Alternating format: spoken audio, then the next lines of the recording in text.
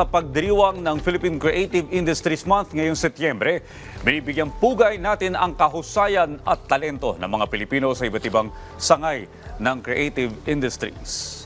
At para ibahagi sa atin ang mga detalye tungkol dito at imbitahan ng ating mga manonood, makakapanayan po natin ang Assistant Director Free ng Bureau of Competitive Development ng Department of Trade and Industry na si Sir Jodan Darong. Welcome po sa Rise and Shine Pilipinas. Good morning. This is Prof. P together with Audrey. Morning po.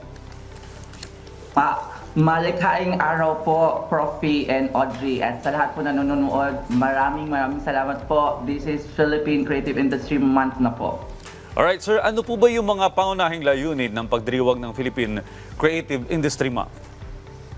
Okay, ang Philippine Creative Industry Month po ay sineselebrate po natin dahil po sa dalawang rason. Una po ay we have to celebrate po yung ating Filipino creative outputs po at saka services. Kailangan po yan natin pong i-share po sa buong mundo. At ang pangalawa po dyan ay yung kahalagahan po ng creativity at innovation po sa ekonomiya ng bansa at saka nation building. Alright, sir, ano-ano ang mga sektor na kabilang sa creative industries na binibigyang pansin para sa buwan na ito? Okay, so marami po tayo. Mayroon tayong audiovisual media, parang nandyan po yung mga film natin, mga music. Nandito na po ang ating tinatawag na design. Nandito po ang cultural services, cultural sites, performing arts. Nandito po yung traditional cultural expression, kagaya po ng gastronomy at culinary practices. Nandyan din po ang ating mga, aside from that, mga creative services and digital interactive media.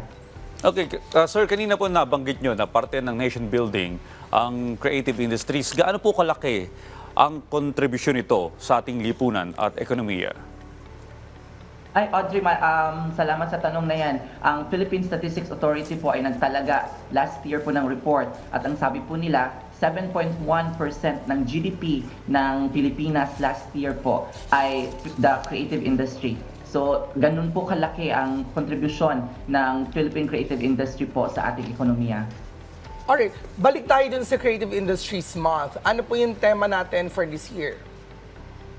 Okay, so para po magkaroon tayo ng whole of nation approach para sa selebrasyon ng Philippine Creative Industry Month, nagkaroon po kami ng hashtag We Are a Creative Nation. Okay, sir. Ayan. Nandiyan pa ba si sir? Naririnig niyo po kami? Yes. Alright. Sir, ano po yung mga activities at programa yung inihanda para sa pagdiriwang ng Philippine Creative Industries Month? At paano makikibahagi dito yung mga interesado? Okay, tama ka Audrey because ang Philippine Creative Industry Month ay talagang buong Pilipinas po ito at nasa September 16 na po tayo. So marami na pong nangyari noong September 1. Actually, nag-open po kami sa Philippine Creative Industry Month noong September 3 dyan po sa Trinoma. Pero isa-isahin po natin sa mga events po kasi 100 events po all throughout the country. Ang Philippine Creative Industry Month, 62 local government units at lahat po ng regions ay sumasali po sa selebrasyon. So, ang one din po ng September ay other than being a civil service month, ito po ay Philippine Film Industry Month. So ako po ay nag-aaya sa lahat na pumunta po sa mga selected cinemas or metropolitan theaters para po sa Philippine Film Industry Month celebration. And for the rest of the month po dito sa Luzon, makikita-kita po tayo sa Taguig sa Maybank Theater on September 20 for the International Design Conference. Mayroon din po tayong Global Blockchain Congress dyan po sa Bataan on September 24 to 25. Ang atin pong mga university, kagaya po ng De La Salle College of St. Benil, a hub of innovation for inclusion ng Benilde, ay mayroon pong exhibit on workshops ongoing po yan. Mayroon din po tayong Maharlika event sa De La Salle, Lipa. Bamboo Month din po ngayon. So, ang Kawayan program of DTI-PTRI ay nandyan din po sa May Taguig. At ang Second Manila International Dance Festival sa Rizal Park po ng 26 to 29 September. Hindi pa po natatapos yan kasi ang Visayas po ay nagse-celebrate din po. Meron tayong Likha Innovate, DOSC Creative Industry Research and Development Forum in Cebu City. Meron din po tayong Stellar Fashion Gala sa Samal Island ng Davao. Mayroon tayong The Yandi Festival in Iligan, buong buwan po yan. At ay magkikita din po tayo sa Creative Nation Summit on September 30 sa Rizal Park Hotel. So, siksik liglig po ang selebrasyon ng ating buwan ng creativity. Alright, nakakatuwa no, na may ganitong klaseng mga pagdiriwang, mas magiging mataas yung level ng awareness ng ating mga kababayan. Pero on a lighter note, what are we expecting after this events? Of course, this is being, this being done sa buong bansa. Ano po yung na-expect natin like in terms of the outcome of these events na gagawin po natin? Yeah, salamat po, Profi, because ang ating pong presidente at ang buong kapunuan po ng gobyerno ay nakapagtalaga po ng vision. Ang gusto po natin ay magkaroon tayo na ang Philippines ay magiging premier creative hub by the year of 2030. So alam po namin na ang selebrasyon ng Philippine Creative Industry Month, which is yearly po natin kung ginagawa, will elevate Filipino creativity at ito po ay mag-encourage sa mga tao na creativity at innovation po ay isang mga bagay na tutulong sa atin para umunlad ang ating bansa. Kami ay naniniwala na lahat po tayo ay creative po. So, nakikiisa po ang Department of Trade and Industry sa selebrasyong ito.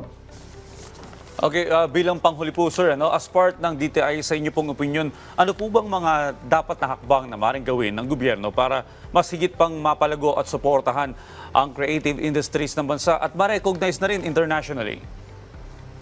Maraming salamat, Audrey. Mayroon lang po kaming 5 bagay na gusto po nating isabuhay. We would like to build po more creative ecosystem. Ito po yung mga creative spaces at creative hub. So kami po ay kumakatok sa buong gobyerno, national man or lokal, na tulungan kaming bigyan ng sapat na spaces po ang ating mga creative Filipinos na magawa po ang kanilang mga creative outputs, services and goods. Pangalawa po, gusto po namin na lahat po tayo ay magtutulungan para iangat po ang antas ng skills at competency through creative upskilling and reskilling. Kami din po ay nagre-request na bigyan po natin ng pansin on financing support and funding support. At kaisa po na ninyo ang Department of Trade and Industry para po ay hindi lamang makilala ang ating creativity dito sa Pilipinas, kundi po sa buong mundo. So kami po ay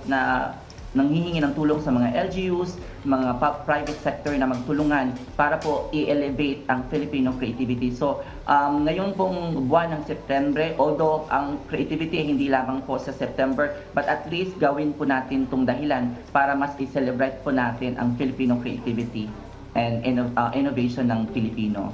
Well, sir, hangad po namin ng tagumpay ng Filipino Creative Industries. Maraming salamat po, Director Jodan Darong, sa muling pagbabahagi sa amin ng inyong napakagandang proyekto sa DTI. Maraming salamat po. Thank you so much. Maraming salamat po.